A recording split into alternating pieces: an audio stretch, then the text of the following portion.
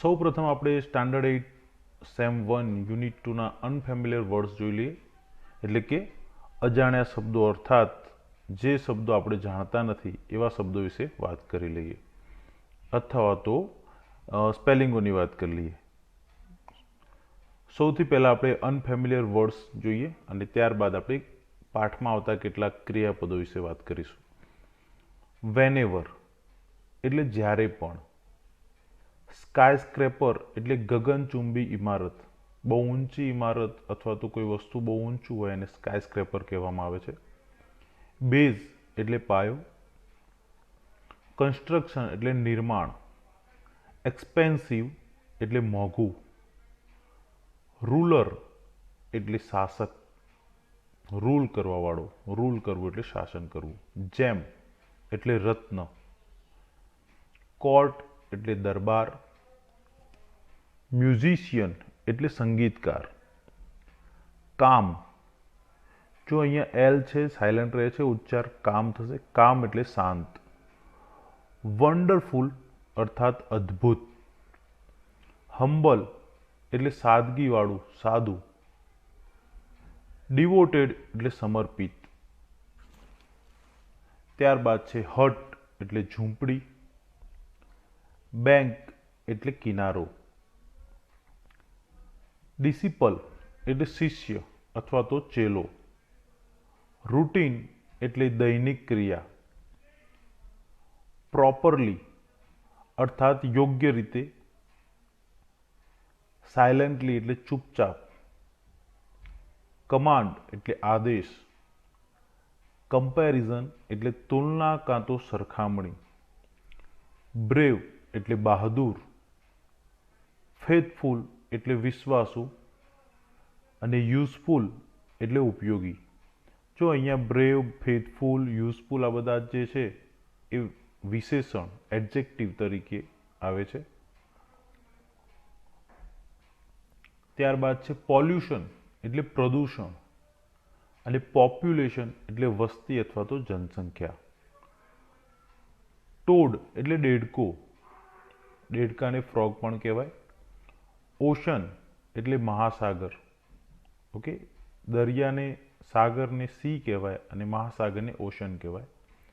Peak એટલે અણી અથવા તો પર્વતની જે ટોચ આવે છે તેને પીક કહેવામાં આવે છે. હંગ્રી એટલે ભૂખ્યું. બ્લાઇન્ડ એટલે અંધ.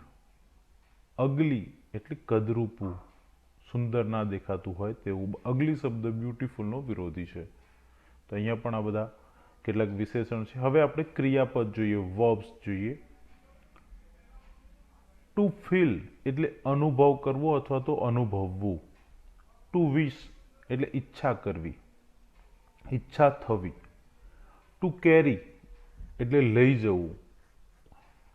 ટુ ઓવરટેક એટલે આગળ નીકળવું. ટુ બોધર એટલે ચિંતા કરવી. ટુ ક્રિએટ એટલે બનાવવું. ટુ પ્રેઝ એટલે વખાણ કરવા. ટુ બો એટલે નમન કરવું અથવા તો નમીને વંદન કરવા. ટુ અરેન્જ એટલે આયોજન કરવું. અહીંયા ટાઈપિંગ મિસ્ટેક છે, અરવું લખાઈ ગયું છે અને કરવું સમજવું. ટુ અફ્રેડ એટલે ડર લાગવો.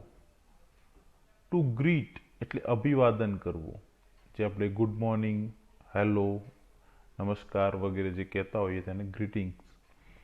ટુ પરસ્યુડ એટલે સમજાવવું, મનાવવું. કોઈને ના માનતું હોય એને જ્યારે સમજાવવામાં આવે ત્યારે પરસ્યુડ વર્ડ વપરાય છે, ક્રિયાપદ વપરાય છે. ટુ પ્રિટેન્ડ એટલે ઢોંગ કરવું અને ટુ સ્પ્રેડ એટલે ફેલાવવું અથવા તો ફેલાવવું. તો વિદ્યાર્થી મિત્રો, આ કેટલાક અનફેમિલિયર વર્ડ્સ અને વર્બ્સ આપણે જોયા. હવે આપણે યુનિટની વાત કરીએ. ક્યુ ફોર ક્વેશ્ચન એ આપણે શીખી ગયા છીએ યુનિટ 1. હવે આપણે યુનિટ 2 જોઈએ.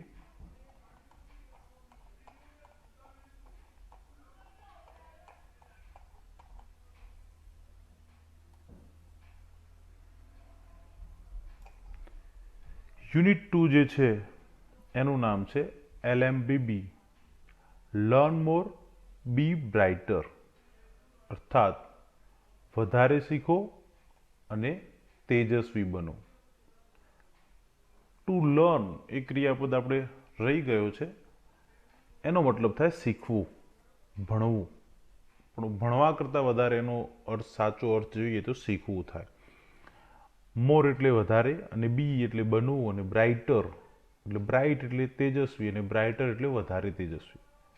ઓકે, તો વિદ્યાર્થી મિત્રો, અહીંયા આ મોર અને બ્રાઇટર શબ્દ જે સૂચવે છે એનાથી જ ખબર પડે કે આ પાઠમાં આપણે કમ્પેરિઝન શીખવાના છે, એટલે કે ડિગ્રી શીખવાના છે, કમ્પેરેટિવ ડિગ્રી શીખીશું.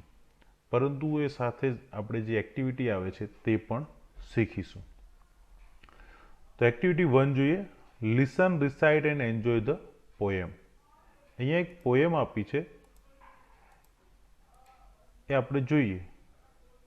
એ પોએમમાં આપણે વાંચન કરીશું અને એને સમજવાનો પ્રયત્ન કરીશું. Whenever I see others taller than me, I feel that I am small and I wish I were tall. Whenever I see others taller than me, I feel that I am small and I wish I were tall. Whenever I see someone overtakes me, I wish my legs were longer to carry me faster. Whenever I hear, "Oh, your friend is such a dear," I feel like asking why, and it makes me cry. Then comes my mother, who says, "Don't bother, I love you, my dear," the words I am happy to hear. તો અહીંયા એક સરસ મજાની poem આપેલી છે. સાદો અર્થ સમજીએ, જો કે એનો અર્થની કોઈ ચર્ચા કરવાની હોતી નથી, તમારે એનો અર્થ આપવાનો એવું પરીક્ષામાં પૂછાતું નથી, પણ આપણે સમજવા માટે ફટાફટ એનો અર્થ જોઈ લઈએ.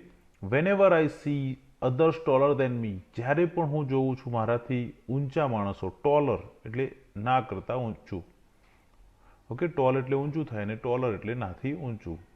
તો વેનેવર આઈ સી, જ્યારે પણ હું જોઉં છું અધર્સ ટોલર દેન મી, મારા કરતાં ઊંચા લોકોને, I feel that I am small, ત્યારે મને એવું લાગે છે, મને એવું ફીલ થાય છે, હું એવું અનુભવું છું કે હું નાનો છું.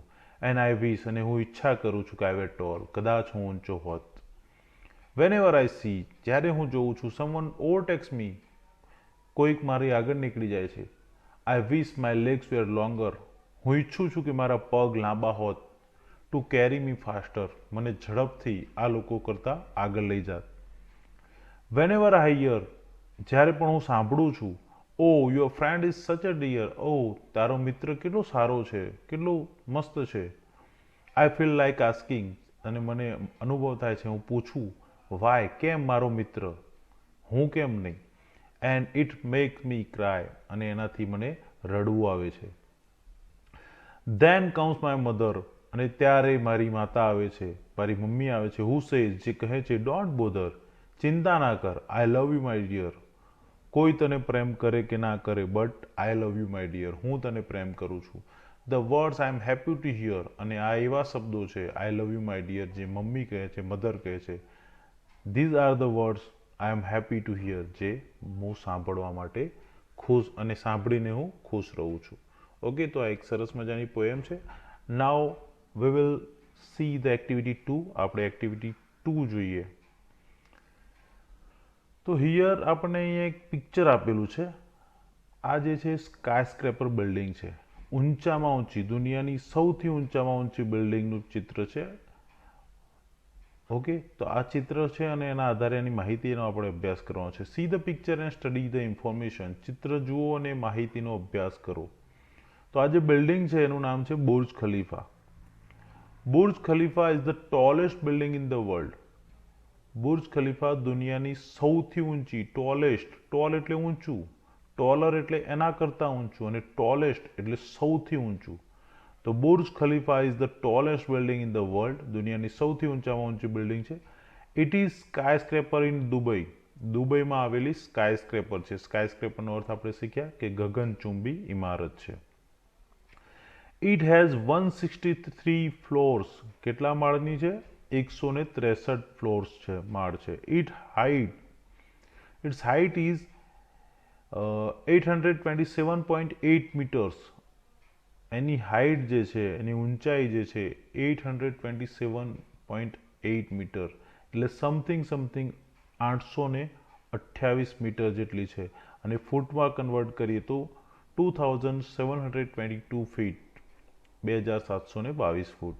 It is the tallest man made structure in the world. આ દુનિયાનું સૌથી ઊંચામાં ઊંચું માનવ નિર્મિત સ્ટ્રક્ચર છે. કોઈ કન્સ્ટ્રક્શન છે, કોઈ વસ્તુ છે કે કોઈ બિલ્ડિંગ છે જે દુનિયાનું સૌથી ઊંચામાં ઊંચું છે અને માણસે બનાવેલું છે. Its base is 3,33,100 square feet. એનો પાયો 3,33,100 સ્ક્વેર ફીટ છે. It has the longest water supply line. આમાં જે પાણીને સપ્લાય કરતી લાઇન છે, પાઇપલાઇન છે, એ દુનિયાની સૌથી લાંબામાં લાંબી પાઇપલાઇન છે. It has the longest lifts. આની જે લિફ્ટ છે એ સૌથી લાંબામાં લાંબી છે. સ્વાભાવિક છે, સૌથી ઊંચી બિલ્ડિંગ છે તો એની અંદર જે લિફ્ટ્સ હોય એ પણ સૌથી લાંબામાં લાંબી હોય જ. Its cost of construction was $1.5 billion. આનો જે ખર્ચ છે, કોસ્ટ બનાવવાનો, કન્સ્ટ્રક્શનનો, નિર્માણ કરવાનો, એ અમેરિકન ડોલરમાં છે અને 1.5 બિલિયન અમેરિકન ડોલર.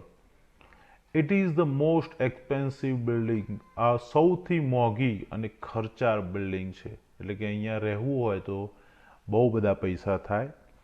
ઓકે, હવે જોઈએ આપણે સે whether the following sentences are true or false. જો ટ્રુ હોય તો આપણે ટી લખીશું અને ફોલ્સ હોય તો એફ લખીશું. On the basis of the above text, આપણે જે હાલ વાંચ્યું બુર્જ ખલીફાની માહિતી, એના આધારે લખવાનું છે. Write T or F in the brackets. Again each sentence આપણે બ્રેકેટ આપેલા છે એટલે કે કૌંસ, બ્રેકેટ એટલે કૌંસ આપેલા છે, એ કૌંસમાં સાચું હોય તો ટી અને ખોટું હોય તો એફ લખવાનું છે. ઓકે, જોઈએ પહેલું sentence. The tallest building in the world is Burj Khalifa. દુનિયાની સૌથી ઊંચી બિલ્ડિંગ જે છે એ કઈ છે? બુર્જ ખલીફા છે. તો this is the true statement. તો અહીંયા આપણે ટી કરીશું. ત્યારબાદ છે it is the smallest building in Dubai. દુબઈની સૌથી નાની બિલ્ડિંગ છે તો ઇટ ઇઝ ફોલ્સ, ખોટું છે તો એફ લખીશું. ત્યારબાદ છે no other building has so long water supply line as the Burj has. કોઈ બિલ્ડિંગમાં આટલી લાંબી pipe supply, water supply line નથી જે બુર્જમાં છે, બુર્જ ખલીફામાં છે. યસ, ઇટ ઇઝ ટ્રુ, તો ટી લખીશું. ત્યારબાદ છે its lift system is the longest one in the world. આની જે લિફ્ટ સિસ્ટમ છે એ લાંબામાં લાંબી છે દુનિયામાં, તો સાચું છે, તો T true. Its cost was higher than એની other building in the world. આનો જે ખર્ચ છે એ બીજી બધી જ બિલ્ડિંગ દુનિયામાં આવેલી છે એના કરતાં વધારે છે. Yes, true.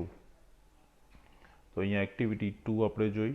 હવે આપણે એક્ટિવિટી 3 જોઈએ. Look at the pictures and complete the sentences using the correct words. અહીંયા પિક્ચર આપેલા છે એ આપણે જોવાના છે અને એના આધારે આપણે ચિત્રોનો અભ્યાસ કરી અને સાચા શબ્દો પસંદ કરીને ખાલી જગ્યાઓ પૂરવાની છે. પહેલું છે, અહીંયા પહેલાં પિક્ચર જોઈ લઈએ. આ પિક્ચર જે છે એ બોક્સના છે. આ મોટું બોક્સ છે, આ એનાથી થોડું નાનું છે અને આ સૌથી નાનું છે. ઓકે, તો આપણે એ રીતના કહી શકીએ કે સ્મોલ છે, આ સ્મોલર છે અને આ સ્મોલેસ્ટ છે. તો અહીંયા ઓપ્શન આપેલા છે, એના આધારે આપણે એ બી સી ખાલી જગ્યાઓ પૂરવાની છે. સેકન્ડ બોક્સ ઇઝ ખાલી જગ્યા. સેકન્ડ, બીજા નંબરનું, એ કેવું છે? સ્મોલ, સ્મોલર કે સ્મોલેસ્ટ? તો આન્સર શું આવશે? સ્મોલેસ્ટ, સૌથી નાનું છે.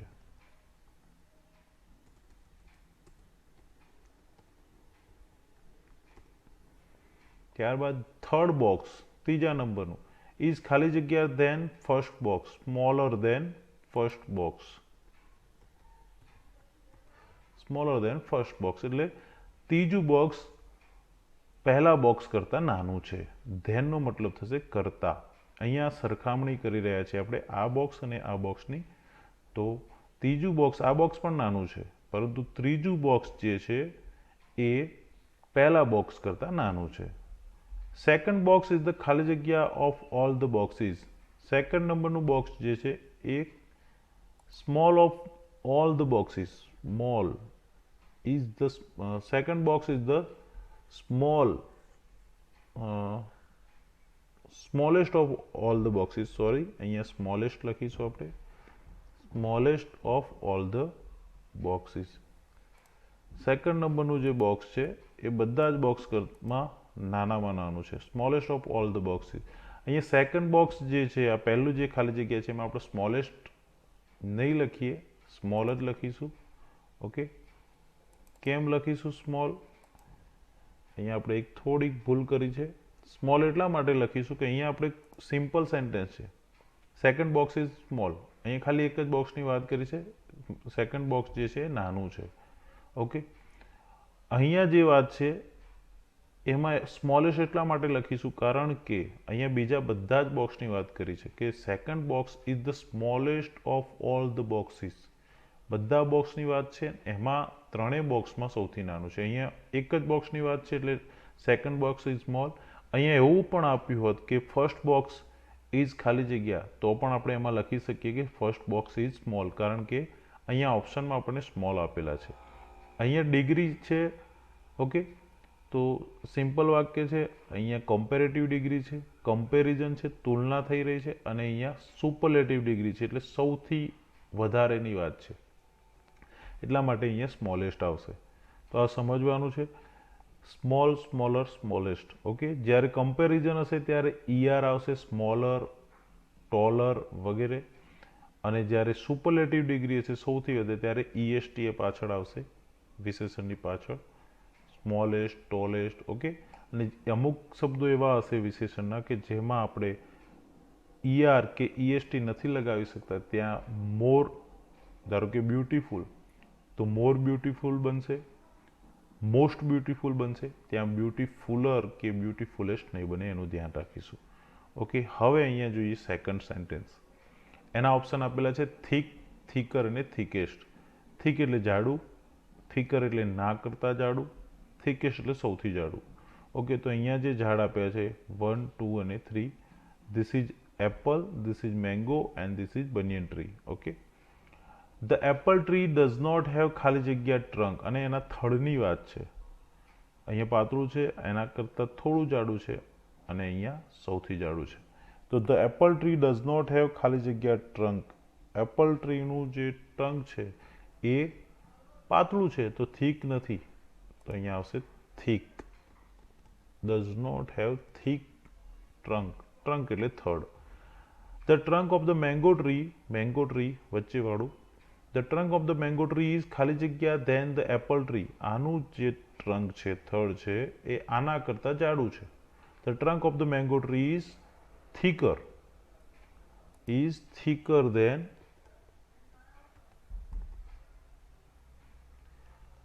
The trunk of the mango tree is thicker than the apple tree. આનું જે ટ્રંક છે આના કરતાં નાનું છે, પણ જાડું છે, પરંતુ બનિયન ટ્રી કરતાં પાછું થીનર છે, પતલું છે. ત્રીજું જોઈએ C. The banyan tree has the ખાલી જગ્યા trunk of all the trees. Thickest. The banyan tree has the thickest trunk of all the trees. હવે અહીંયા ધ્યાન એ પણ રાખવાનું છે, આપણને સુપરલેટિવ ડિગ્રીની ખબર કઈ રીતના પડશે, તો ખાસ ધ્યાન રાખો, ધ લાગેલો હશે, ધ સ્મોલેસ્ટ, તો એ સુપરલેટિવ ડિગ્રી સૂચવે છે. એ સિવાય વન ઓફ ધ વાળી પણ વાક્ય રચના હોય છે જે આપણે આગળ શીખીશું. ઓકે, તો અહીંયા ધ સ્મોલેસ્ટ, ધ થિકેસ્ટ જે સુપરલેટિવ ડિગ્રી શીખવે છે, એટલે કે સૌથી વધારે. The banyan tree has the thickest trunk of all the trees. બધા જ વૃક્ષોમાં બનિયન ટ્રી એટલે કે વડનું જે થડ છે એ સૌથી જાડું છે. ઓકે, વી હેવ 3 બોયઝ, આર્નવ, યુવરાજ અને Aditya. Short, sorter and shortest. આ પણ નીચો છે, આ એના કરતાં નીચો છે, અને સૌથી નીચો છે. શોર્ટ એટલે નીચો. તો આર્નવ ઇઝ ખાલી જગ્યા boy. Arnav is short boy. Simple વાક્ય છે, બીજા કોઈ બોયઝની વાત નથી, એટલે શોર્ટ બોય લખીશું આપણે અહીંયા. સાદું સિમ્પલ ડિગ્રી. ઓકે, ત્યારબાદ છે Aditya is the boy in class, ખાલી જગ્યા, આદિત્ય ઇઝ ધ ખાલી જગ્યા boy in the class.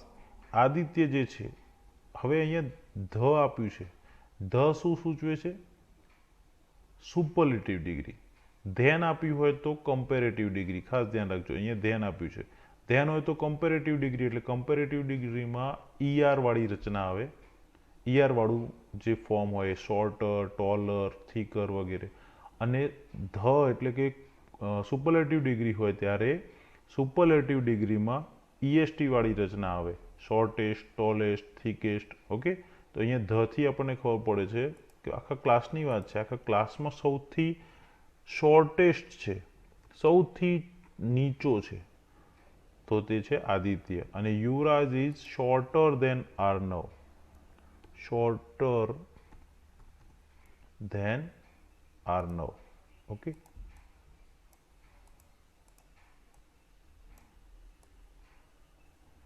Yuvraj is shorter than Arnav. તો આ પ્રમાણે આ 3 વાક્યો જોયા. ખાસ ધ્યાન રાખજો, આ સિમ્પલ અથવા તો પોઝિટિવ ડિગ્રી છે, આપણે એને પોઝિટિવ ડિગ્રી કહીએ. સાદું વાક્ય છે, આમ પોઝિટિવ ડિગ્રી પણ નથી, સાદું વાક્ય જ છે. અહીંયા આપણે જોઈએ તો સુપરલેટિવ ડિગ્રી છે અને અહીંયા કમ્પેરેટિવ ડિગ્રી છે. તમને અત્યારે ડિગ્રીમાં સમજવામાં થોડી તકલીફ પડતી છે વિદ્યાર્થી મિત્રો, પણ ધીરે ધીરે તમે પ્રેક્ટિસ કરશો એટલે તમને આવડી જશે. બહુ સિમ્પલ હોય છે ડિગ્રીની રચનાઓ. હવે આપણે એક્ટિવિટી 4. તો અહીંયા વિડીયો આપણી લાંબી થઈ જશે એટલા માટે આપણે અહીંયા એક્ટિવિટી 3 સુધી રાખીએ છીએ. તમે આ ડિગ્રીના જે વાક્યો છે એવા જ બીજા વાક્યોની પ્રેક્ટિસ કરો જેથી કરીને તમને આવડશે. ઓકે, હવે આગામી જે એક્ટિવિટીઝ છે, એક્ટિવિટી 4 અને ત્યારબાદની જે એક્ટિવિટી છે એના વિશેની વાત આપણે નેક્સ્ટ વિડીયોમાં કરીશું.